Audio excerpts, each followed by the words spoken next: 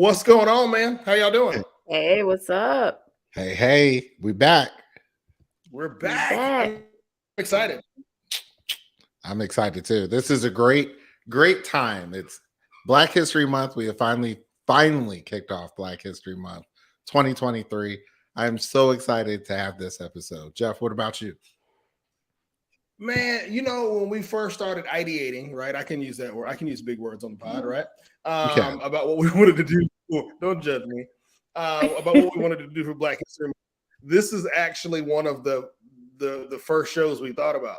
And we were like, yo, we want to do a show about will and trust and keeping your money, all the rest of that stuff. And I was like, yo, I got the perfect person to be on the show. I don't even know if she knows I have a podcast, but I'm going to text her to see if she wants to be on the show. And Shalisha was like, of course I'll do it. I still don't think she knew I had a show, but it's okay. We don't talk about it. I knew. Yeah, I think it's good. I think it's good that we talk through this because I think in this day and age, there's like so much misinformation out there on TikTok or in somebody's Facebook story. I'm forever seeing somebody talk about how to plan for this money or all these different tips and tricks. And I'm like, I just need somebody to keep it real and tell me, is this real or is this fake? You know what I mean? So I'm just so excited to talk about this as always. I think this is a great opportunity for us to get some good knowledge out there to folks. So, Jeff, you want to tell them what we were doing in the show?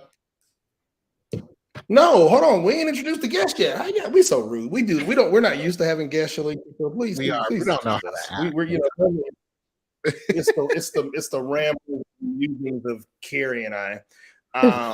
And so, Alicia, feel free, introduce yourself. Who are you? What do you do for a living? Tell us more about yourself. Yes, I am a licensed attorney.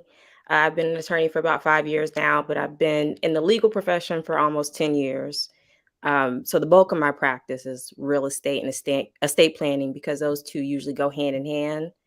On a personal note, I'm a mom, a wife, daughter, youngest of four, and somebody who's just really passionate about building wealth, building Black wealth, and legacy. Hey, that's what's up. Jeff be finding all the things. I'm telling you, man. Like, hey, the network is thick, man. The network is thick. Shalisha, thank you. Your husband, sent my wife a text message today talking about you was up preparing for the show, and I'm like, what's she preparing for? Like, But see, that's just my personality. Listen, type A, lawyer, I gotta be prepared. I hear that. That's what's up. I'm more curious because I had an opportunity to prepare for the show, and I told y'all I was doing all types of stuff. That is essentially my prep for the show. It's just walking in and just trying to make it happen. This is horrible. It's a horrible mission. So I get the sense of life. What do you do to prep for the show, Jeff? What's your normal prep look like? I send you the link for the show. That's how you go. Traditionally, it depends, right? Like, so because we got Shalisha on today, I did try to think of some real questions to ask. But then all I kept thinking about was jokes. And so I'm like, all right, I'll lead with jokes.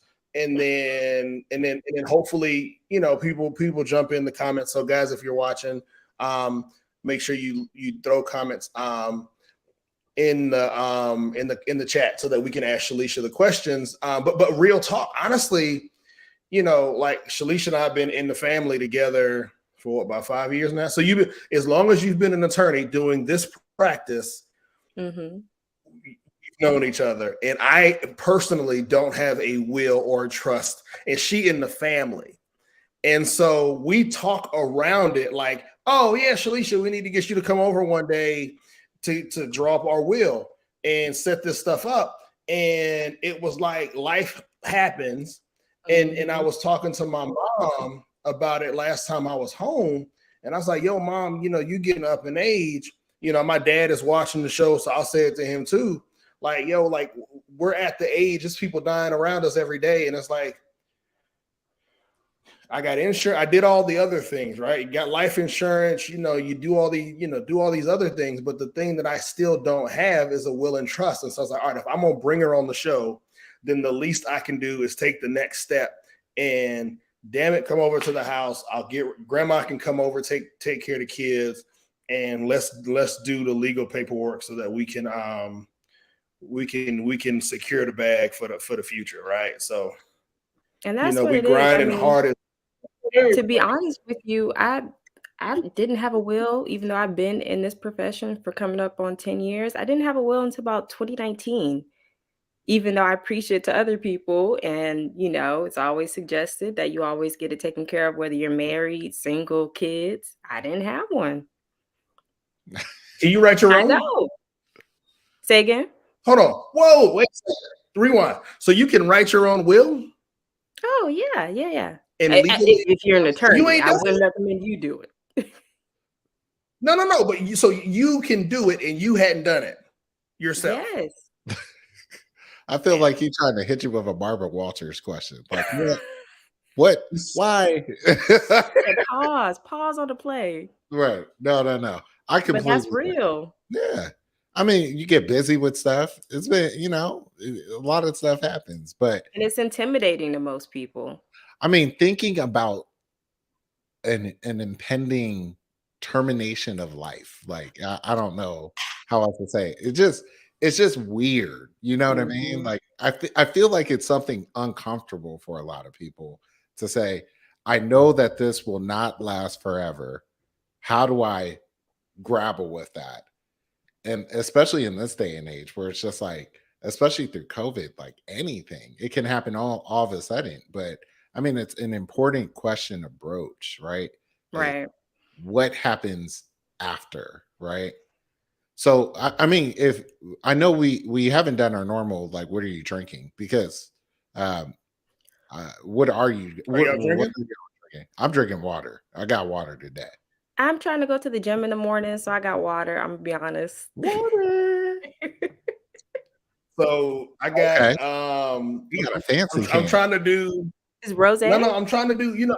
It's Black History Month, so I'm trying to do Black people stuff. So I'm drinking Black Girl Magic, bubbly rose. I bought. They were at Walmart. No, they were at Target. Y'all probably ain't got it at Target in Snellville. The Target over here in Decatur, though. Shady. Snellville has one. Yeah. Happy Black History Month, y'all. Stay classy. Yeah. No, so that's normally how we start the show. We ask everybody to tell us what they're drinking. Normally we're all drinking. So my commitment this month has been to try to drink on the show only brands made by Black people. So that's been my commitment for the month, to see if I can't make that happen. So that's what's up. Yeah, I guess that's water because Jesus was Black. God made water and God is Black. That should be the title of the episode. I don't think God has a color. I'm saying Jesus. You got to say one of those for me next time I come over, Jeff. The rose. I ain't got none. I only bought 2. So next time you come, I'll make sure. So when you come over to do, because they like $8.99 a can. Like you can't buy them by the case. They're $8.99 a can. That's a lot. That's a Black History markup. Blame Target. Blame your fancy Target out by that. Okay, go back March 2nd and see how much it is. Right. March 1st. It's the North Druid Hills.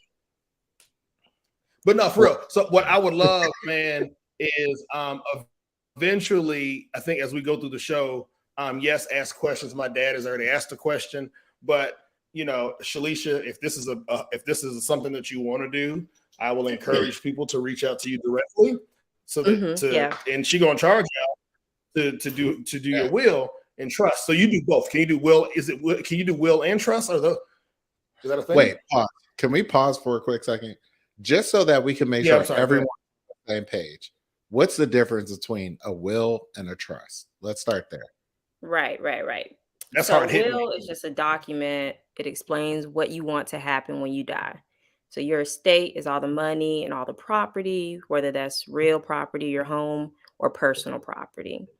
So in that will, you can dictate what you want to happen to your estate when you pass away. Now, a trust is a living document. So it takes effect when you're alive as opposed to a will, and you can use it to avoid probate court. There's certain tax benefits. It's more private because you don't have to file it with the court of law. So not everybody can see what's going on in your trust. When there's a will, once you pass away, it has to be filed in the probate court. So depending on what your life circumstances are, how much property you own, your children, whatever you got going on, a trust may be better for you. But if you're a simple person, I would say probably about 80 to 90% people only need a will. Now, I say those documents, but an effective estate plan is not just a will or a trust, because an effective estate plan should plan for everything, whether that's you being incapacitated or you passing away. So a fully developed estate plan should have your will or trust, should have your financial power of attorney, your medical directives. And then there's add-ons, whether or not you got kids. If you're a small business owner, you have to account for that. I've even seen people plan what to do with their pets if they pass away. So just depending on what you got going on, you kind of have to tailor it to your needs. That's dope. So you're go ahead, Karen. Go ahead. This is gonna be longer than an hour. I was gonna say you've already dispelled one crazy TikTok that I've seen. That one TikTok that I saw out there said everybody should put everything in a trust. And I was like, everything? Everything. Put everything in there. And I love TikTok for entertainment, but it's just like, what do they call it? LLC Twitter, where you just get a bunch of people who took like a Forex class or something, and then they're experts. Who you telling? There's a dude that keeps popping up on my Facebook feed that's sitting in a truck flashing huge stacks of money, trying to tell people how to do an LLC and all this stuff. It's like, I don't even understand what's going on. Like, what are you doing with the LLC? What is the business? I need you to drive. Get an LLC and take over the world. He's out there driving, and he's like, oh, come on, man. No. So living trust versus will. That's dope. This is dope. So the trust is a living document. That's dope. Interesting. So, like my dad said, hey, I'm a poor Black man that works paycheck to paycheck. Why does he need a will? Because you're going to have something when you pass away. I mean, even if you feel like you don't own enough property to have a will, there are other things that you put in your will, such as, your burial preferences, cremation preferences. There are small items. If you want a Navy ring to go to your grandson, or, a special coat or jacket that you've had forever that you want to go to this person, you can hope and say that when I pass away, whoever's handling that kind of stuff will give it to that person. Or you can put it in a legal document and make sure that the person who's receiving it knows what they're supposed to be getting so that they can get what's due to them. I mean, it's not just about, I have to have a house or I have to have all these things to put in the will. It's whatever you have that's valuable to you. And if you want to pass it on in a specific way, use your will to do that. But you said, so the will, though, still has to go through like court and all that stuff, right? So like, does the judge decide if this is a good will or something? Or No. The judge takes it, looks at it. They have to publish it in the newspaper. And then they grant your executor or your administrator letters of administration. So they then can take that letter of administration and do what they need to do. So if you have a house, they can't sell your house unless it's been probated, and they get that order from the judge. So they're not really looking at, they don't care what you put in your will. They just want to make sure that whoever you have designated to take care of things has the power to do that. That's part of your will, you establishing who is the executor of, or who's supposed to do, who's in charge of giving out, not necessarily giving out all the stuff, but who's in charge of executing the give out of everything in your will, right? Yes, who's in charge of wrapping up your affairs. And I think it's not best to just put one person. I mean, for most of my wills that I draft, I make sure that people designate 2 or 3 people sometimes it's overwhelming for your loved ones to take care of that kind of stuff. And so, it's always best to say this person, but if they're not able to, or if they've passed away themselves, then the next person can take care of things to make sure all your bases are covered. That's crazy because it makes me also wonder about, in this day and age, it's like, I remember back in the day where it was like kind of taboo to have like step parents and step family and all that Hmm. stuff. But now you living in a day and age where it's like you got multiple different types of family connections, Right. closeness, proximities, and all that stuff. So it sounds like there's this real need to set up instructions. So it's like, don't get it twisted. This is what I want to happen, right? Yeah, there's people who don't even, I mean, unfortunately, who don't even have a connection, a relationship with their family that they were born into. So those type of people might not want to see their brother or their sister take control of their estate. They may have a friend or, a trusted advisor who they prefer everything to go to.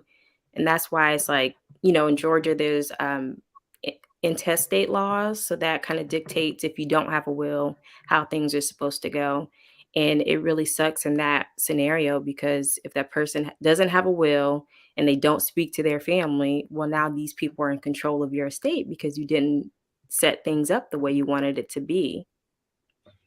What I've always wondered. So you say, Oh, go ahead. ahead, I'm Jeff. sorry, Karen. Go. No. Go ahead, Jeff. I was going to say, so in case you described, then you're saying the court is now in charge of disseminating your assets however they see fit to whomever. And then I'm assuming they're going to take a cut. If you have assets, they're taking a cut of those assets because they disseminated it. Am I understanding that right? That's exactly it. And if you worked, so hard, I know a lot of us are young professionals. If you work that hard to build your life the way you want it to be, why leave it in the hands of some judge who doesn't know who you are and who doesn't know what you value? That's crazy. Wow. Yeah. So let me ask you this. So, like, so if you create a will, like you said, a will is probably applicable for 80 to 90% of the folks out there, right? Hmm. Is it like a one and done? Like, how often should you be revisiting this? Is it when you get more money or up level? Yeah, I mean, it depends on your Like, circumstances. Like, oh my God, that's cracking me up. Sorry, Jeff. I'm just leaving you a bunch of bills. That's my hey, parents. Do I have to accept? too much. Well, this is a great question. Actually, before you get to my question, this is a question that I've actually wondered a lot about, right? So in this day and age where everyone's got like a lot of student loan debt, right? Hmm. Who is supposed to take care of that? Like, is that something where, like, can if I was slick enough, can I be like, in my will, Georgia State gonna take these loans back, will them back their loans? It can Sorry for all go the to. folks who are in a ton of debt, but when you submit your will to the probate court and they do that publication for 4 weeks in the newspaper, that's also so all the people who you owe debts to can make a claim on your estate. Oh, so I get you. I get you. I'm reading So, between the lines. I'm reading yes. between the lines. So what I should do is right before I die, set up another will that says change my name. And then No, I didn't say that. can't do Mm-mm. that. I can't You're do not that. gonna have the government She coming said, for me. "You ain't getting her law license." She said, "I'm feeding my babies off this law." I think that's what Mm-mm. she's talking about. But no, Hey, I had a situation where a young lady was selling her dad's condo in Atlanta, and I want to say the condo probably it was worth like $150,000. It was a small little condo, and so she listed it for 200,000, and she got a buyer. But by the time she had gone through the probate process, he had so much medical debt to where she only made literally like $7,000 off the sale Mm, after she paid off all his because debt and his everybody gets the mortgage. money. Okay. dang, that's messed up. So when you close out your estate, when you pass on, your estate closes. all of your debtors get their cut before any money hits the family. If they claim it. If they claim it. So if you owe me money, I'm claiming that shit. No. If someone is looking for me, I'm reading back to what Shalisha said, but she didn't say I'm gonna change my name. My name's gonna be like Joe Bob Gordon or something, right? Joe Bob. Of all names. John Doe fourth. Fourth of his name. So Candace has a good question. I'm gonna throw it up on the screen. At what threshold or what's the determining factor in the creation of a trust? Yeah, I mean, I'm gonna give you the answer every lawyer is trained to give in law school. It depends. It depends on whether you're married. It depends on how many homes you own. It depends on if you have businesses. It depends on if you have kids. So it's really something that you kind of have to sit down with an attorney and get a full picture. I mean, there's definitely some tax implications as well. So while we're on the topic, if you're a young professional and you're building your life and you're building your wealth, you also have an attorney and a tax professional, because an attorney is not specialized in giving tax advice. So you need to consult both. But yes, it depends on all those factors. So one of the things that I heard social media the other day was say your home, right? If my trust owns my home, or if I leave my home to my trust, then the tax implications on the other side of that are that my kids, or whom the beneficiary of the trust, get to have the full appreciated value of the home and don't have to pay taxes on the full appreciated value. Where if I leave my kids my home, then they have to pay taxes on the difference between what I paid for it versus what it's worth now. Did I say that right? Yeah, that's the gist of it. I mean, there are definitely, and again, there's some thresholds. I don't know the exact numbers, but it definitely depends on how much your house is worth, how much you bought it for, and then what kind of debts that you owe on the home as far as your mortgages. But it definitely probably is beneficial to put the home in a trust as opposed to just giving it to your kids. Also, I'm not a proponent of leaving. I mean, this is getting a little personal, but I don't believe in leaving things to your children, because if you create a trust now, or you create a will that says when I pass on, I'm going to leave it to my kids, but your kids are only like 8 and 13, then that's a whole nother can of worms that you have to go through with the court about getting a guardianship and all that. So that's the benefit of a trust. If you leave it to a trust and put a trustee to oversee that trust, somebody that you know, whether it's your family or, you know, a financial advisor, that kind of sets the kids up to be in a better position, both, you know, regarding the taxes, but also just, you don't want to leave a kid a $750,000 house. And you said, so can I ask a follow-up? Go ahead, Karen. I'm sorry. You can appoint a trustee. Can you appoint someone to handle most of the finances and then someone else to handle the directives for your children? Yes, for sure. And I really do recommend, like I said, a full estate plan probably has 4 or 5 different documents, different roles that you have to fill. So don't dump it all on one person. You know, if you have somebody that's going to be, you know the people in your life. If they're good with money, then you put them in those roles. If you trust them to only take care of your kids, feed them, make sure they're clothed, then use that person. But yeah, it could definitely be overwhelming when you have the same person for like 4 or 5 different roles that they have to fill. Right. Can someone that do you have to let them know before you put them in that role, or is that that'd be like, nice? Damn. Yeah. No. I mean, you don't have to dump it on them like, hey, I'm dead. Please take care of my kids. I don't want to find out about that at my door. I feel like I saw that in a movie somewhere, right? Like they were like, "Oh, so that ain't true. That's not how that works." No, you should let Who them the hell know. want to take the kids? I find out at the courthouse. Oh, hey, by the way, the kid's yours now. Like, who? We're like, "Oh, you sad? Well, they're your kids now." No. Listen, in a perfect world, Where you're having those uncomfortable conversations, you're also sitting down with the people that you selected and saying, "Hey, this is a worst case scenario, but just in case, this is what I want you to do." Mm. All right. So, hey, you said there are 4 or 5 roles in an estate plan that you want to fill. Like, Mhm. can you give us boom? What are the roles? Yeah, so you have your executor or your administrator of the estate. So that's just the overall person who's going to get that authority from the judge or who's listed as trustee in your living trust to kind of wrap up all your affairs. So that's selling real estate, disposing of your personal items, things like that. You have, and this is not for when you pass away, but if you set up your financial power of attorney, if you're incapacitated, that's the person who's going to be taking care of your bills. So they'll have access to your banking information, 401k, employee benefits, that kind of thing. They are making sure that that your life is still going even if you're incapacitated. So if you're laid up in a hospital bed, they're paying your mortgage, they're paying your utilities. Why are you shaking your Karen, head? that ain't me. Oh, Make that canvas. That ain't me.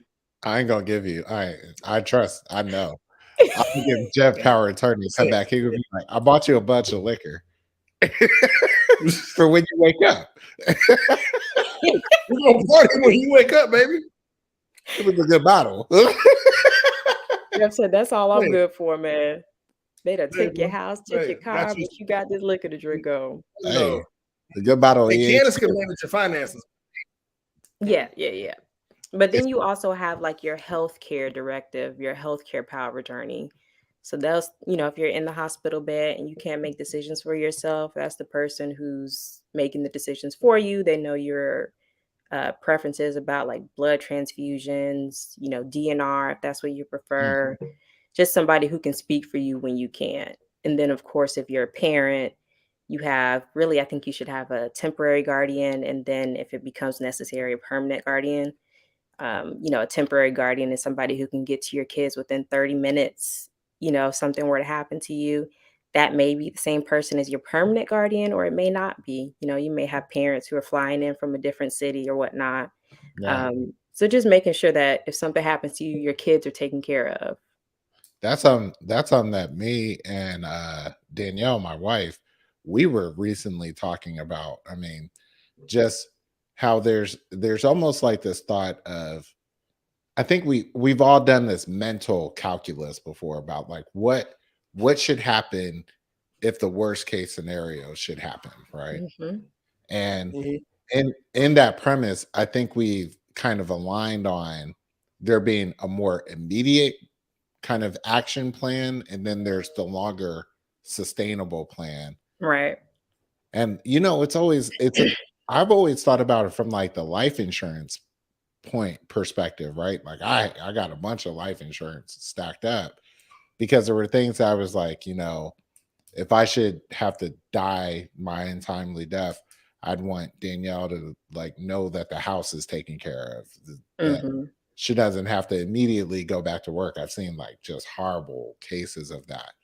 But you're seeing we would still need to set up someone that kind of runs quarterback with that, making sure that Yes. things have been processed. That's interesting. I never thought about that part of it because It's definitely moving parts, and you have to make sure it works cohesively as a group. Um, you know, Having 5 different people, I would not recommend, but at least having 2 or 3 people who can work together. I mean, if auntie so and so don't like your brother, I probably wouldn't put them on the same team because she's gonna be holding the purse strings. Meanwhile, he just trying to take care of your kids. Make sure it works cohesively, but you definitely have to have the conversation with those people. And again, it's very dramatic, right? Like, you're mm, not dying anytime soon, but you still have to make that plan just in case. yeah, So, excellent I point. want to ask a trust question. So say, boom, you come over to the house this weekend. We go and do the legal documents to establish our trust. One, how long does that take to process so that it's binding? Mhm. And then question 2 is, now do I have to go back into all of my life insurance policy that I have that's separate? the stuff that I have through work? Do I have to now go and change all of those beneficiaries from Candace, and then the secondaries are my kids, to now my trust is the beneficiary of everything that's in my name? Yeah. So you have the signing of the documents where you legally create this entity, but then you also have to fund your trust. So that means that you have to change all the ownership of these accounts, all of your real property, and put it into the trust. Because if it's just the shell, that's just the paperwork, it's not really effective. So you do have to go in, change all those beneficiary lists, put your home in the trust, put your car if that's what you decide to do. You actually have to fund it so that there's actually some meat to it. So in that example, am I selling my house to the trust? No. You're not selling it. You're just changing the name of ownership. So it's going from, Jane and Joe Smith to Jane and Joe Smith as trustees of this trust. Oh snap! That sounds fancy. I feel like I'm balling out of control. That's kind of I feel like I'm Donald Trump. Like, hey, that made me sound legit, Charlotte. Like, hey, that should be like, oh, we gonna take your house. How you gonna take the house? It's not owned by me. It's in my trust. Right. It's like in my trust. People are like, he got a trust? He out here. Ooh. So this is a great question. Does it have to only be one policy in the trust? I have life insurance from the military as well as my civilian employer. So no, it does not have to be just one policy. Yeah, you can put anything in the trust. You can put multiple homes, multiple policies. Dang. Really, again, talk to your tax professional as well, talk to your employer, and figure out what works best for your situation. But there's no limit to what you can put in it. Yeah, similar to Keisha, I got like a pension I just earned, right? I just got vested in, and I just thought like, I thought just like you're saying, there's some notice that you died, whatever, right? I thought those people would just call up the beneficiaries and be like, all right, time to give out this money. Never thought that I need someone to go call them and be like, yo, where is the check? Where's the money? How do these things go? Right. And make sure the people that you have listed as beneficiaries know what company, the policy is with. Like, you really have to, it involves record keeping, but ultimately is to make sure things are less stressful when you pass. Like, you could say I have a $500,000 life insurance policy, but if they don't know what company it's with, they're just going to be scrambling in those days where they're supposed to be focused on mourning and kind of wrapping things up. Is there like a search? Is there like a search service that could tell you if you got stuff out there somewhere? Like, no, you just got to go hunt it down. Dang. So, but I think that goes back to that estate plan, right? I'm assuming when you do your estate plan, part of that process is listing all those accounts, all of the places where you got it. And this is kind of making me wonder if I need to be having these conversations with like parents, right? Because like I don't know none of that stuff, right? Yes. And that's the same thing for me. I'll tell you, I tried to have that conversation with my last living grandparent and both of my parents. And it's just a lot of, it's that big mama soul food energy, right? Like, I got some money stashed in the mattress and y'all just come in here and get it. And I don't care what you do with the house. It's like, you have to set things out for us. Don't make us work for it, please. Right.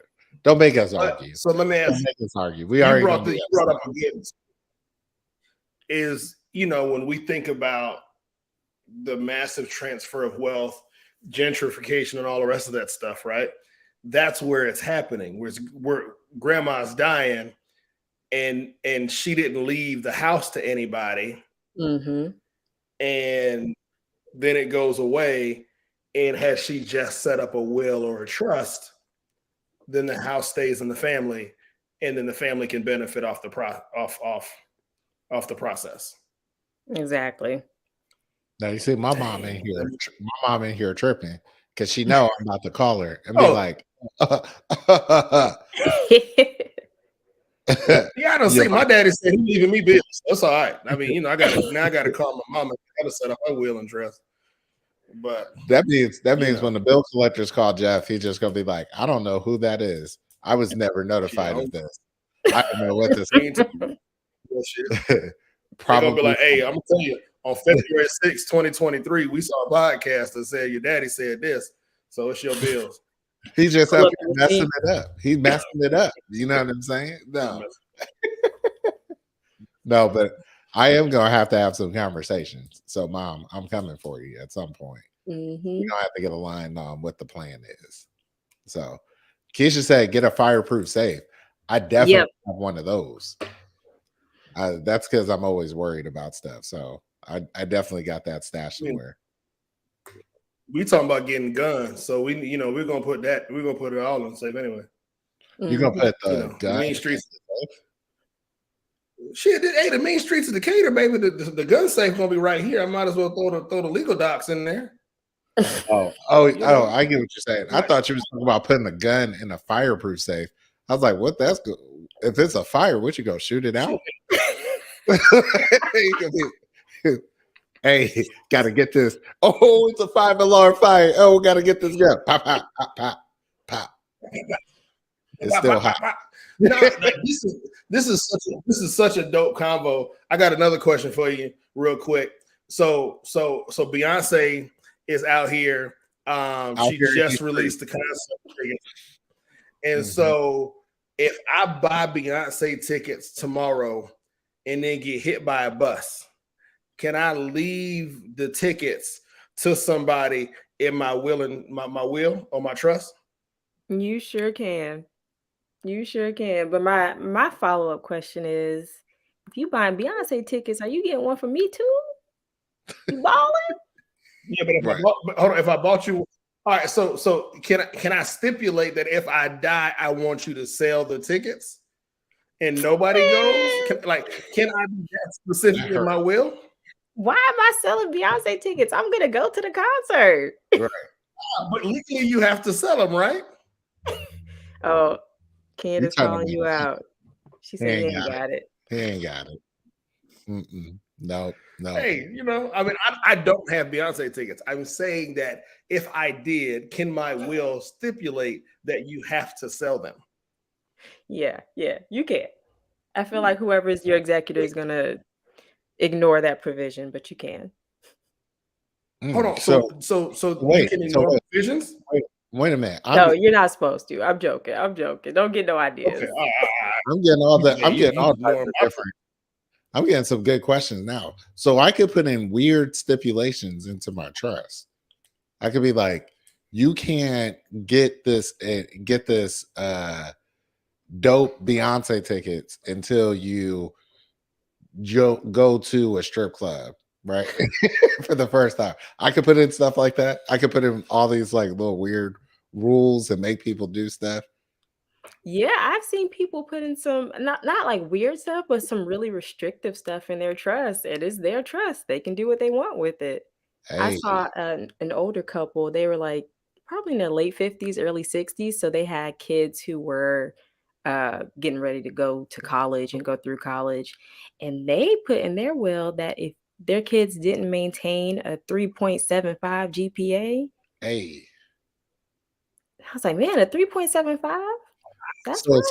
So is someone up there like checking each term, like the executor, like, oh, you didn't get 3.75? Yeah, the trustees, like, let me see those transcripts. Dang. I mean, I was just gonna write in my will that you had to graduate. Like, I ain't gonna give you no GPA requirement, bro. Just finish. No, people do GPA restrictions. You can't get the money till you finish. Dang. Okay. All right. Another question. Can you explain irrevocable trusts? Yes. So that basically is exactly what it sounds like. That means that you have a trust, you've written terms and provisions in this trust, but it's not like a living trust that you can amend during your lifetime. You set those terms, and once you set them, that's what they are. And so it's a lot more restrictive than a living trust. So if I wanted, as I'm living and I have a change of heart in my irrevocable trust, do I have to then create another trust or another document that then supersedes or cancels out the restrictions that I wrote in my irrevocable trust? Yes, it's very restrictive, so you can't amend it or anything. You will have to completely, dissolve that trust and redo another one. Mm, That sounds like money. I'm gonna just write it one time and be done. right. I think I want the You got money for Beyonce tickets over there, so flexible one. I want the one that I could I change. I need the flex plan. I need that flex plan. Like I need to be able to change that thing. You Right. piss me off, I'm changing this shit quick. This is making me feel like I probably need like a one week a year to reassess things and be like, let me think real hard about where we are at a year later. Do I Mhm. I'm walking around with my trust. You gonna walk around? You gonna have it tattooed on Walking you? around with it with a Sharpie. Say something. Say what you say? race you Go real on. quick. Like, guess what? Oh, yeah. Guess what? This shit is intense. Jeff gonna be walking around with like, guess what? You got the bills. You getting the bills. You getting this Georgia Power bill. Say something again. Hey, guess what? I ain't paid that shit in 3 months. And you getting summertime. You getting my summertime power bill. Boom. You keep talking. You gonna keep talking. There we go. Credit card debt. What's next? Mhm. Say something again. It's gonna be student loans. Keep talking. Jeff gonna be willing out all the bad stuff. They're gonna be like, it's a pretty tight trust. He's giving everyone debt. They're like, I owe you. Everybody. No, but I owe you.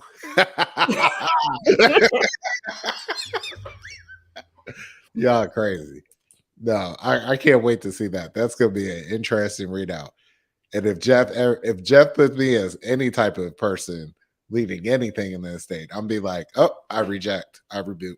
That's gotta go to Candace. Hey. That's weird. I'm gonna tell you, the reading of my will is gonna be it's gonna be primetime TV, baby. I'm gonna make it. Primetime TV. I'm actually. So if I have to write it, if it's like a document, I'm gonna make sure that whoever I put as the trustee, that's the right term, right? Trustee, that they got. Executor of the will. Mm-hmm. Executor of the will. They're gonna have to rap it. It's gonna be in rap lyrics. Oh my god. This is the rap game. People gonna be like, that is completely on brand. Because Carrie is up there somewhere cracking up right now. He's making people go to strip clubs. He's making people go skydiving. I'm gonna make people have a bunch of fun, and that's totally on brand. Now that you've unlocked this for me, I get that. What did I do? Pranking. Exactly. People. You've created. This is your fault. This is your fault. Hey, you gave me the knowledge. This is gonna be fun. It'll be fun to hear someone rap my trustee, my all the stuff that's in my trust. I can't even think of a rhyme right now. But I'll be like, Candace do said, it I to bet the they didn't pay you for law school. Lord. They didn't, No, but they should. They should. The rap game. No, this has been a dope convo, man. Like, because like we've talked about it for a long time. Mm-hmm. I think it got real when we both got our life insurance policies, and it was like, all right, now this is real. Now this is once once you pay off the house, you're left with a good chunk of money. Like, yeah, this is real cash now. Like, you got to figure, you can't, like, I think, like you said, like, you can't drop $1 million or $750,000. Knock on wood, my kids are 9 and 3. You can't drop that level of cash on a 9-year-old and a 3-year-old, but you also can't drop that cash on whoever's taking care of them either, right? Like, so this is some good advice for really getting this thing squared away. Let me ask you this, because Candace just said in the chat, she said, what's like the first step, like the first baby step that someone should do if they're just embarking on this? What should they do? Get started with the essential documents. So that's your will or your trust, if that's what you decide to do. That's your financial power of attorney, your healthcare directive, and your guardianship papers if you are a parent. I work best with deadlines. If I say I'm going to do something and I don't set a deadline, I will never do it. So give yourself, 4 to 6 weeks and say by this date, I will have those papers signed and ready to go. And then talk about it 10 minutes, 20 minutes every other day. Kind of solidify the plans, whether it's just you or with your partner, and figure out exactly how you want everything to look. And then just make sure it's done by that deadline. Is there a cost? Right. Like I get it. Right. We have to pay you to do this. Right. Shalisha ain't doing this shit for free. Is there a cost associated with filing those documents with the court as well? Or to legitimizing those documents? So when you sign these documents, you don't immediately file them with the court. So you just keep them in your possession. I always recommend keeping your own copy and then making 2 or 3 copies for the people that you've designated for these different roles. I also recommend doing digital copies, so keeping something on a jump drive. You hold on to it. You put it in your fireproof safe. You keep it somewhere safe in your house. Your people know where that safe is if they need to get to it, so they have the original documents if they need to. And then the paperwork doesn't get filed until you pass away. Filing a probate petition in Georgia can be as cheap as $500, depending on the value of the estate, and go up from there. You buy Beyonce tickets. You got $500. Damn, that's an emergency room copay. Yes. Hey, It's but for the $200. emergency room copay, for a price of emergency room copay, coming out your whole estate, though, right? Mm-hmm. I mean, but at the end of the day, I'm dead. So that ain't my money. I ain't paying for it. You stressing me out. No, so before we transition, I do have, because this is something else that I think is something I've thought about a lot, and I'm not quite sure how this works, which is digital media rights, like digital rights to things, right? Like nowadays, you done bought up a bunch of stuff in the app store, right? Or you've got a hardcore library of digital media that you've built up, right? How do you plan for that stuff as well? You know what I mean? Like, is that something that could be tackled that way, or is it as simple as like sharing a password or something? That's an evolving area of the law in the past 5 or 10 years, where our digital footprint has increased so much. So the most effective way to do it, and it's not really that effective in my opinion, because I change my passwords every 3 to 4 months, but it's to keep a running list of all your important accounts, keep a running list of your passwords, and attach that to your estate plan. So have that be your digital asset, list, so people know where to. What, Jeff? You keep up with that many passwords? Like, you change your passwords 3 to 4 months? Hey, why are you playing? So me and Danielle, my Facebook password is the same since 2003. Oh God, you about to get back. So me and Danielle, we got a password manager, and we just got the family plan. So put everyone's passwords in. But we have a joint email account. We have a joint Google account for similar things like this. That I was thinking about, because I remember I had a coworker whose father had collected all these like movies and all this stuff on like iTunes or something, right? He was like really into it. Then when he died, he couldn't get access to all that stuff because he didn't have the passwords, or he didn't have the accounts. And I was like, dang, like, what's in there? And he was like, oh, it's like cloud storage. He had like home videos, all that stuff on it. Man. So we've always thought pretty progressively about how to share or keep those things in almost like a family account so that it could transfer over. So that's interesting. Yeah, and even Candace said the Norton Password Manager, something like that, just a centralized place where you can find all the passwords that you would ever need. Hopefully in 10 to 15 years, there's a more efficient way to do it, but I think that's the best we can do for now. I told Candace I want her to just like the day after I die to delete all my social media Oh, because I don't really God. want people to like. Because I don't want people. No, Just I what? just don't want people to be like, "Oh, Jeff, I'm so sorry. I miss you, bro." Like, I don't need all that. Like, y'all don't like, fam. Just, I literally say, just fade to black. Like, I want to pass on. I want to die. Throw a party, do a cookout, and then I don't want to be buried nowhere. I don't want to be cremated.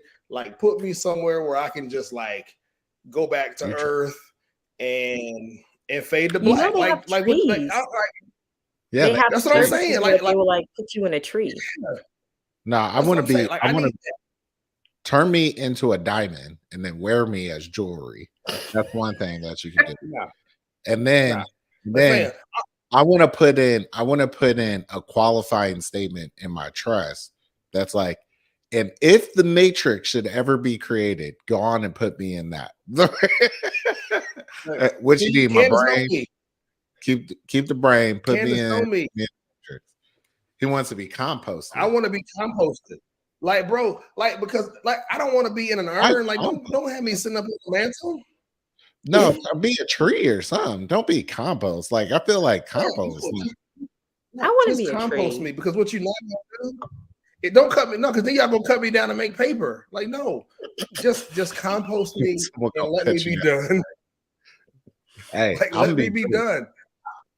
I'm be jewelry. I'm not. So, and actually, real talk. Candace know me. She know do the cheapest thing possible, because don't waste no money that I'm leaving to my family in my estate on putting me in the ground.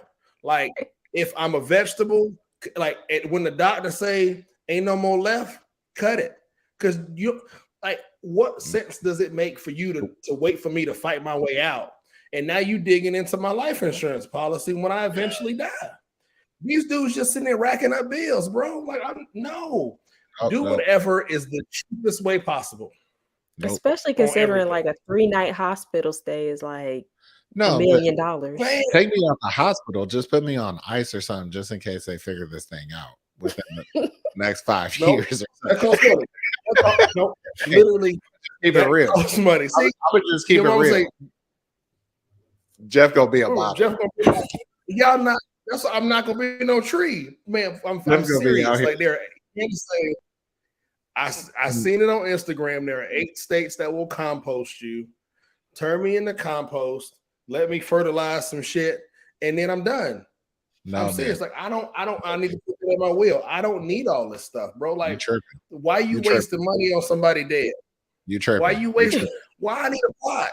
I'm gonna be like, remember me. This would be the slick. This is how you know that I've changed my death planning. My eventual death planning will change the game, because I'm gonna be like, all right, put me on ice, take all the money, invest it in research to fix this. Wake me up. By any means necessary. Step 1. I don't feel figure it out. You can. Science. Like, fam, like what you're not gonna do is put me in the ground, and then 20 years from now, some contractor got to call my family and talk about, hey, you mind if we move Jeff because we want to put some houses over here? I'm gonna be like this. That's not what we see. That's why I want to be a tree, but I want to be planted somewhere very exclusive that will never, ever, ever get chopped down. You're gonna be put on nowhere. I'm gonna chop down everything on Earth. Earth gone. It's gonna be a bunch of people walking by, be like, "F this tree, F this tree," and you can be like, "What? Why y'all cutting down the trees? Top City gotta get built." Atlanta. Like, how y'all carving Jeff Loves Candace into Shalisha? Like, no. Right. This is gonna be crazy out here. I'm telling you, don't get this is why you can't give everybody this knowledge, because people gonna be out here tripping. You go see some kids crazy, traumatized. There's gonna be some crazy estates going down. And I'll be like, Cooper, stop playing. I ain't dead. Figure it out. Save me. Candace know be in the Matrix and be done with. She know me. I do the cheapest thing. Like if I die first, which I told her I got to die first because I can't live after her because I ain't trying to deal with all the stuff. Aw. So Yeah, me I've too. That's how I concluded feel. that Right. I'm going first, and when I go, it's gonna be in my will. This dude said give him the cheapest shit possible. Right when she show up to the mortuary and she meeting with the little people that's going, hey, we got this nice little platinum casket package.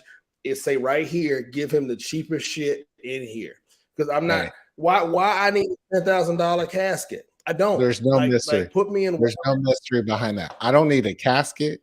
I don't need none of that. I don't need the earth hole thing. I don't need none of that.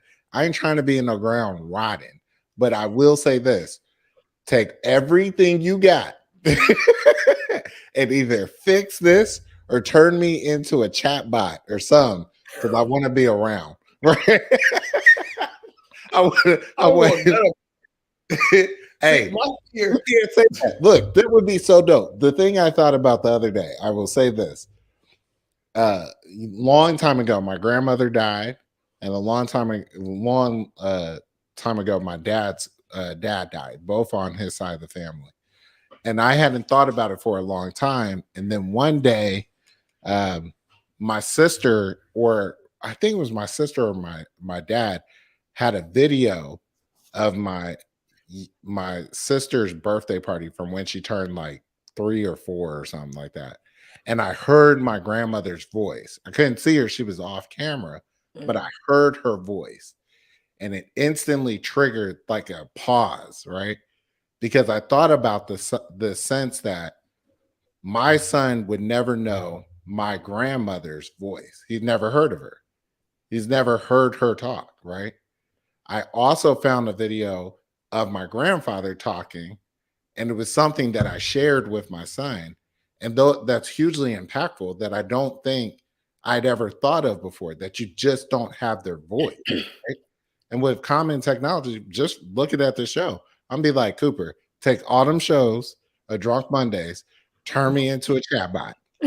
You ever need advice, consult the chatbot. Say, I'm gone, but I'm still around. They do that when people pass away filming movies. They take a compilation of all their, facial tics and all that kind of stuff and their voice from all the previous films. And sometimes they can create. Turn me into a chatbot. Yeah. Son, don't ask me to help you with your homework. I'm going to tell you the wrong thing. But my son going to be out here, Iron Man, with me in his head, be like, yes, sir. Yes, you can do this, Cooper.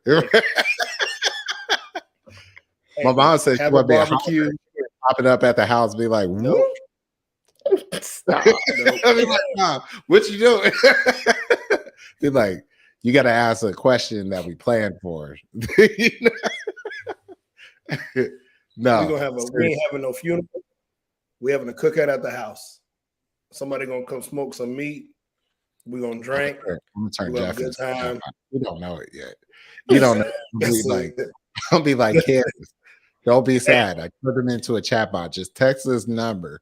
He gonna text you. Actually, there's going to be a directive in my will now that says Carrie is not allowed anywhere near my digital footprint. I'll be like this. I took it.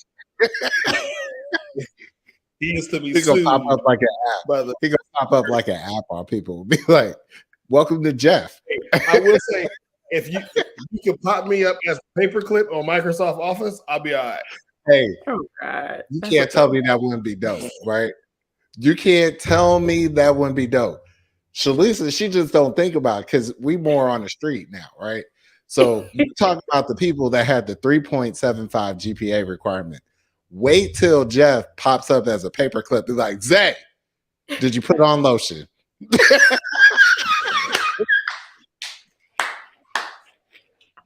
Just like that.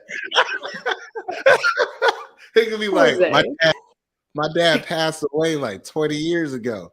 He's still just traumatizing me. Up, be like this. Hey, put the lotion on. Just like that. That's gonna be so dope. Hey man, all right. Y'all are ridiculous. Hey, Shalisa. All right, so we're gonna transition because it's been an hour. We're gonna transition to the fun part of the show. Not that this hasn't Heroes been and fun. Hero villains, huh? Heroes and villains. Who's starting off? Jeff, you starting or Shalisha? I think Shalisha has to start. She's our guest. She I has to gotta start. start. Who's your hero villain? You got to I start. feel strongly about this. I only have a villain. I maybe might have a hero. The scene is Soul Food. The villain is Big Mama. Oh no, not You're about Big to say Mama. something anti-black. Big Big Mama, after watching that movie back, first, you knew you had diabetes. You're being selfish because they asked you if you went to the doctor and you said, no, I got my herbs. That's all I need. Ma'am, you have diabetes. You need insulin. Go to the doctor. Second part is, you know your kids don't get along. You should have had something in writing. Instead of making poor, what's her name? Terry, the lawyer sister, Mm-hmm. she always had to step in and save everybody. Now, Terry has her character flaws, I'll admit that. But I really think if there was a hero of soul food, I think it would be Terry because, I mean, that family was in shambles. She always had to step in. If there's something wrong with the house, she had to pay for it. She probably had to pay for the funeral. She probably ended up paying those medical bills. Because when, what's his name, Uncle Pete popped out at the end with that suitcase full of money, that probably wasn't but $400. Like, that's not paying no medical bills, Big Mama. Right. Thanks for the deductible. Right. Big Mama set everybody up for failure in that movie. Hey, I'm riding with Keisha. As you get older and you reflect on these things, like growing up, you're like, man, she had diabetes. Man, that's crazy. She died. Diabetes. And then you get older, you're like, insulin about $20. You Take the insulin. Take the insulin. You done got your leg chopped off and you still not taking the insulin. Right. Quick question. Ain't that if you on Medicaid, like, don't you got to be old to get the $20 insulin? Like, if you still able-bodied, insurance charging you real money. No, Big Mama was old. She was like 80 something. Big Mama should have got it for the $20. She could have got it for the $20. I still feel like you be anti-black. But she's also. And then another part, she was going to leave them with that house with no plan about who's going to take care of it. Is there a mortgage still on the house? Not only that, Uncle Pete was still in the house. Hey, Candace said, eating all them cakes and pies. This is irresponsible. Did you watch Uncle Pete recently? Oh yeah, I watched it today. Nice. So you obviously wasn't working because you watched. I mean, technically, if you think about it cinematically, right? Why is it that Celie and Color Purple have better estate planning than Big Mama and Soul Food? Because at least Celie got the house, right? She was like, the house was in your daddy name. This was your house the whole time. Celie was like, oh, I got a house. You got a plan. And I got a business, right? Big Mama was just out here on vibes. Big Mama out here. While we're here, can I share your email address in the chat? Yeah. If they want to reach out to you for your estate planning services. All right. All right, here we go. This way they're not hitting you up on social. And my last note about Soul Food. Uncle Pete was in that back room. Does anybody know Uncle Pete's medication list? Right. Does he have doctor's appointments? She didn't set him up for him to have a caretaker when she passed away. These people crazy. You can't just say Soul Food is an estate case study. It is. It like really is. Oh, you like Soul Food? You like the movie? Huh? Think again. Mm-hmm. They probably show Soul Food, and if you go to HBCU law school, they probably show Soul Food as in the class. But that's gonna be me in 20 years when I'm doing the same kind of courses. Racist. Did you hear? If you go to a HBCU law school, that's where they show you Soul Food. At Morehouse School of Law, they probably show Soul Food in the estate planning class. But if you go to Georgetown Law, they're not showing you Soul Food. You probably getting Lincoln lawyer at Georgetown Law. You playing the Georgetown Law? They probably showing you Richie Rich, and they're like, yeah. You want your kids to be rich like this? Yeah. Nah. Jeff, who you got? So, Who's all right, so your real quick, before I go, I do want to make sure I point out I did share Shalisha's email address in the chat. So please reach out to our guests. Again, she ain't gonna be free. She gonna charge y'all because it's how she making money. A disclaimer, I love it. No. Hey man, like let me tell you something. What we not gonna do is call people and ask for hookups no more. Right? No, pay people they rate. Hell, all right. This is a good question. Do I have to pay you up front, or can I pay you as part of my estate? No, you pay me So up I pay front. you when I die. No, I don't know because like, I'm like, hey, you see how quickly you see how real it got that question. Was like, no, you pay me mine up front. What if I die after you? Then I never get my money, or die before you? People gonna look for the loophole. People gonna look for the loophole. You know, it's somebody. You know, it's somebody walking up. You know, somebody gonna walk up and be like, "Hey, so I just got this tax refund. I'm trying to do this estate planning, right? But what I want to do is tied to how much money we get down the stream. So I'm looking for a few good friends that want to put in some money now, and then we'll see how it turns out later on. Y'all down? You're not gonna get her going rate. It depends. There ain't no going rate. It depends on whether or not you want a will or a trust. You just got to pay what the rates. Email her and y'all talk about it offline. That is not a conversation for the social media. Hey, you better do it quick because yesterday's price is not today's price. It's not today. Now she famous. She famous because she been on the pod. So she drunk Mondays famous. She drunk Mondays famous. Right. You know what I'm saying? So yeah. yesterday's price. I'm gonna still get yesterday's price, but y'all gonna get tomorrow's price. Yesterday's price is not today's price. Well, that depends, Jeff. Only if you do some free babysitting over here. She said, "Pay her." Candace said she gonna take care. Candace said she gonna take care of the babies. I'm gonna do something else. And we in a state. We are we in a state. We in the trust. Our trust, your trust, us trust. It's a trust. It's like concentric circles of trust. The trust is like an umbrella. Hey, real quick, Candace can put her business in the trust, right? So you can put your small business in the trust. Yeah, but there might be some tax implications you got to check in with first. But if you are a small business owner, you need to make. Hey, why is Uncle Sam checking in? Why we got to check in with Uncle Sam like he the damn G code out in Compton or something? Hey, if you roll through, check in. You got to check in, homie. What you trying to do? I just want to know why I'm paying taxes every week, but I still end up owing the government. Like, why didn't you just take what I was supposed to owe? Why I got to owe you more? That's your fault for not taking enough on the front end, fam. Right. Okay, so we need to get a tax person on the line. Mm-hmm. We're gonna do that. We're gonna try to get that squared away this month because we got our loopholes on the estate plan. Now we need to get our loopholes on the tax side. We're gonna run that up this month too, y'all. We're gonna work on that. Anyway, yeah. All right, Black History Month. All right, so I got 3 villains. No heroes this week. Villain number 1, CBS is dirty as hell for cutting to commercial in the middle of the hip hop awards last night. Dirty. I really didn't watch none of that. But the section I watched, it was like CBS cutting a commercial. And I'm like, what the hell? I'm blaming Candace thinking she doesn't hit fast forward on the remote. Right. Like, how you gonna skip the thing?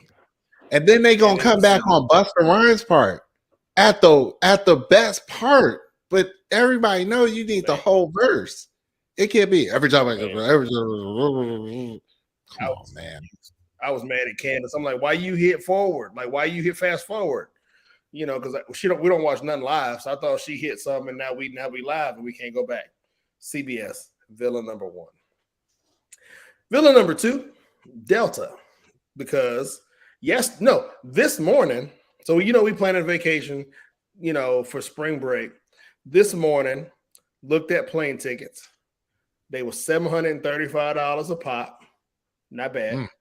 Looked 8 hours later, $1,100. Same day. Same freaking day. No. $700 at 8 a.m. Yesterday's 5 price. p.m. 11. Delta said, not even yesterday's price. This morning's price is not right now's price. So this morning's, so now I'm gonna wake up early in the morning. I'm gonna check Delta one more again. And if I can get them tickets under $1,000, I'm checking Delta right now. Because the minute them tickets drop back down, we buying them damn tickets. Still $1,141 on the Delta app. Anyway, Delta's an ass. They are also my villain of the week. They might be my hero tomorrow if they drop that thing back down. Delta, figure that out. And then third and final, the Mr. I don't know if y'all saw. I don't follow Mr. Beast at all on social, but it came up in my algorithm that he ended up helping 1,000 people get the corrective surgery that they needed. He helped 1,000 blind people get corrective surgery so they could see. He said it was like, he said half of the blind patients around the world simply need a 10-minute surgery to correct their eyesight. And so I'm not hating on Mr. Beast. Kudos to him for doing it. I'm hating on the villain is the system that creates the fact that we have to rely on wealthy people to do the right thing instead of the system just doing the right thing and helping blind people get a 10-minute surgery to or whatever the ailment is, right? But in this case, we're talking about blind people. The system should just be there to help these people get the 10-minute surgery instead of relying on wealthy people to do the right thing. So 3 villains. I'm done. I'm out. I agree. Yeah, I agree with you on all of it. You know, it's pretty real out there. I wish I had an app for you. I think there's an app called like Hopper or something where I feel like the app doesn't work half the time. That's true. That's true. Well, and I'm trying to use so you know me, I'm on this points thing, right? And I'm trying to make sure I do the Delta joint so that I could pay for 2 of the plane tickets using my Sky Miles and then build my, so I'm trying to do, maybe that's another thing we need to talk about on the pod is how do we build in these credit card hacks? I'm trying to get better about planning out building these credit card hacks, and Delta ain't making it easy for you, boy, because I really want to use Delta because I got some Sky Miles I need to use. So boom, there we go. I also feel like Delta should give discounts to people who live in Atlanta. Like, why am I paying so much? Where's the ATL? Where's Disney the ATL? Disney giving discounts to people who live in Florida. Why Delta can't give Atlanta residents? Well, you don't qualify no more because you live in Snellville. But if you live in the perimeter, you should get a discount for flying Delta. He's ITP now. He done got brand new. He's like, okay, like you were up in Tula. He goes like this. Oh, Jesus. So this is the perimeter. I live right here. You done forgot what it is. These people from the suburbs and all their. I gotta drive out to see family. Oh. I will have you know that in Snellville, we have a Crumble Cookies. Ooh. We got Cookout. That's about it. We lived in Loganville, so we feel your pain. I will say the real talk about Loganville is the best Jamaican restaurant in the city is in Loganville. So, I mean, that's about it. Drop the name. Oh, you don't know about Iones? Iones is in Grace. It's at the intersection. It's on the line of Snellville and Loganville at the intersection of Cooper Road and 78. Iones. The Jamaican is fire. Keisha said Snellville got a milk and honey. Let me tell you about the controversial thing that I don't understand about milk and honey. There is milk and honey, and then there's a spot called The Real Milk and Honey. And I just want to know what happened there. I just want to know. I'm like incredibly curious. What's going on? Similar, there's a black coffee, and then there's like the real black coffee. And I'm like, I really want to know, like, what's the beef here? What played out? What played out that got us to this point that somebody is out here framing? Because I feel like it's a similar situation between Willie's and Moe's. So I'm just saying. Otis left the group. Anyway, that's what it is. Who are your heroes and villains, Gary? All right, so my villain is the Grammys, man. The Grammys was just, what the hell is going on the Grammys, right? For much of what you were talking about, Jeff, with the hip hop mark, which a lot of people don't remember the callback 2 years ago, Diddy said at one of the pre-Grammy sessions, he put them on blast and said, you got 365 days to get this together. Why is hip hop not being a focal point of the Grammys? You want to use us for performances, but then you don't want to give us awards. And still, this is an ongoing thing. So the Grammys were very interesting. The jokes. I was curious. One of the formats that I really liked, a lot of it, I've heard didn't go over that well with a lot of the critics, which was the fan sessions of fans talking about why their artist should be the album of the year or whatever. I thought it was great, but I've heard there were a lot of feedback about that not going over so well. Everything from The Dream saying, y'all know black people be on CP time, as he tried to accept the award for Beyonce, who wasn't in attendance, to some of the other looks. And I got to say, if you've seen all the Ben Affleck stuff coming out of the Grammys, him being like, J-Lo being like, smile, and Ben Affleck going like this. I don't know why she takes him in public. I think he should just stay home. He don't want to be He just- there. He doesn't. He You don't doesn't. want to be here. He doesn't. He wants us to be over with, right? So that's why I got the second villain. I have no heroes this week. Has to be Beyonce tickets. This is crazy. This is getting insane. This is getting insane. We've had so many rules. Beyonce started a new system on Ticketmaster after what happened with Taylor Swift, where you're not in the lottery to get a ticket. You're in the lottery to get an access code to then maybe get a ticket, right? So all these people doing all these lottery, doing the little access code things, get on the wait list. You expect this should be addressing all the scalpers. There should be no scalpers anymore. Yet, if you go on Vivid Seats, there are seats for sale to the Beyonce's concert already. I don't know what's going on with that, but the system doesn't seem to have worked. And at the alarming price of $12,000 for a front row seat to go see Beyonce, someone has lost their goddamn mind. See, I miss simple Beyonce where she was still like falling down the stairs and her hair was getting caught in the fans. I Right. feel like those tickets Why were are you- cheaper. Why are you like that? Why are you I like that? can't- I can't keep up. Why? I want simple Beyonce. I want Houston so- Beyonce. Hey, So petty. the whole thing looks like it looks like it's going to be a crazy experience, yet it's an experience that I don't think anybody can afford at this point. I don't know what's going on. Who is paying $12,000 to sit in the front row and watch Beyonce for a few hours? I don't get it. I just don't get it. The So upper the bowl, IG story would the tell upper you bowl, that there are plenty the that are nosebleed willing to pay seats. for Beyonce. The nosebleed seats up at Mercedes-Benz. The they got the lower bowl, they got the mid, they got the high. The high bowl up at the top, tippity top, over by the halo thing that opens up in the sky. If you want to be sitting next to that, those seats are currently $315 per seat. Who is sitting way up there? I just opened up Instagram and I have 6 followers that have all bought tickets to Beyonce. I don't know where they're sitting, but this is literally just me clicking on the story and it was like boom, Beyonce, Beyonce, Beyonce. Literally like boom, boom, boom. So it's people out here doing it.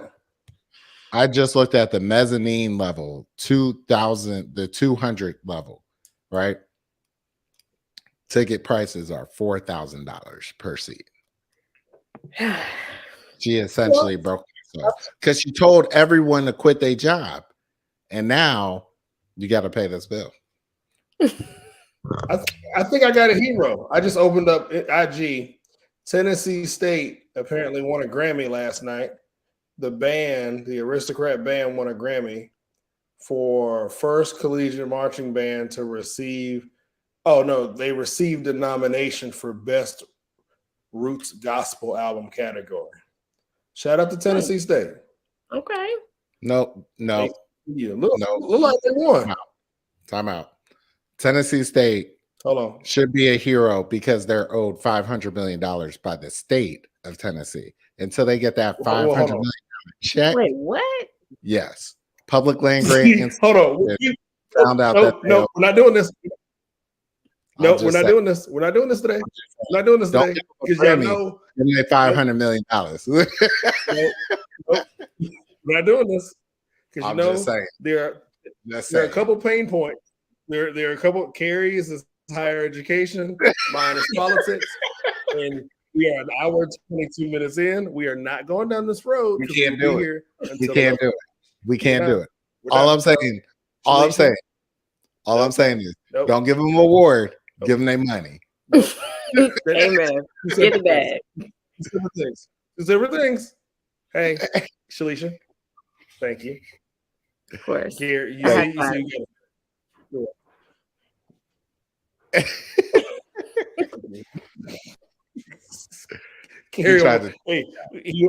He almost went down a rabbit hole from hell. I was going there. So no. Jeff knows how I feel about that. He's like, pay these people their money. No. Hey, so it's a pleasure. We hope you guys enjoyed this episode. We had a great time with you today. So tune in next week for us to bring other Black people on to talk about Black History Month things. I'm kidding. I'm reading the script. Why? Anyway, he's reading like he in the young people's division at church. Hey, now read from the book of Psalms.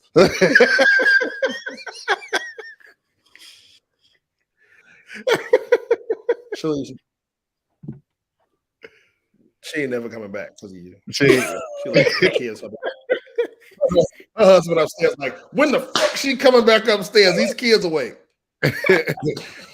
Baby crying. Baby crying. No, but thank you. Anyway, thank you. Honestly, thank you so much for giving out this knowledge, sharing this information with us. We are better for you coming on and sharing this with us. So yes, of course. Hey man, so we'll see y'all next week. Again, thank you, Shalisha, Carrie. Thank you. Another great episode. Y'all share this shit with your friends. We'll have another Black History Month thing. Jeff will be drinking something Black History-y again next week. Carrie will be drinking water, which is made by Black Jesus. And y'all have a great day. We're out, baby. Have a good one, y'all.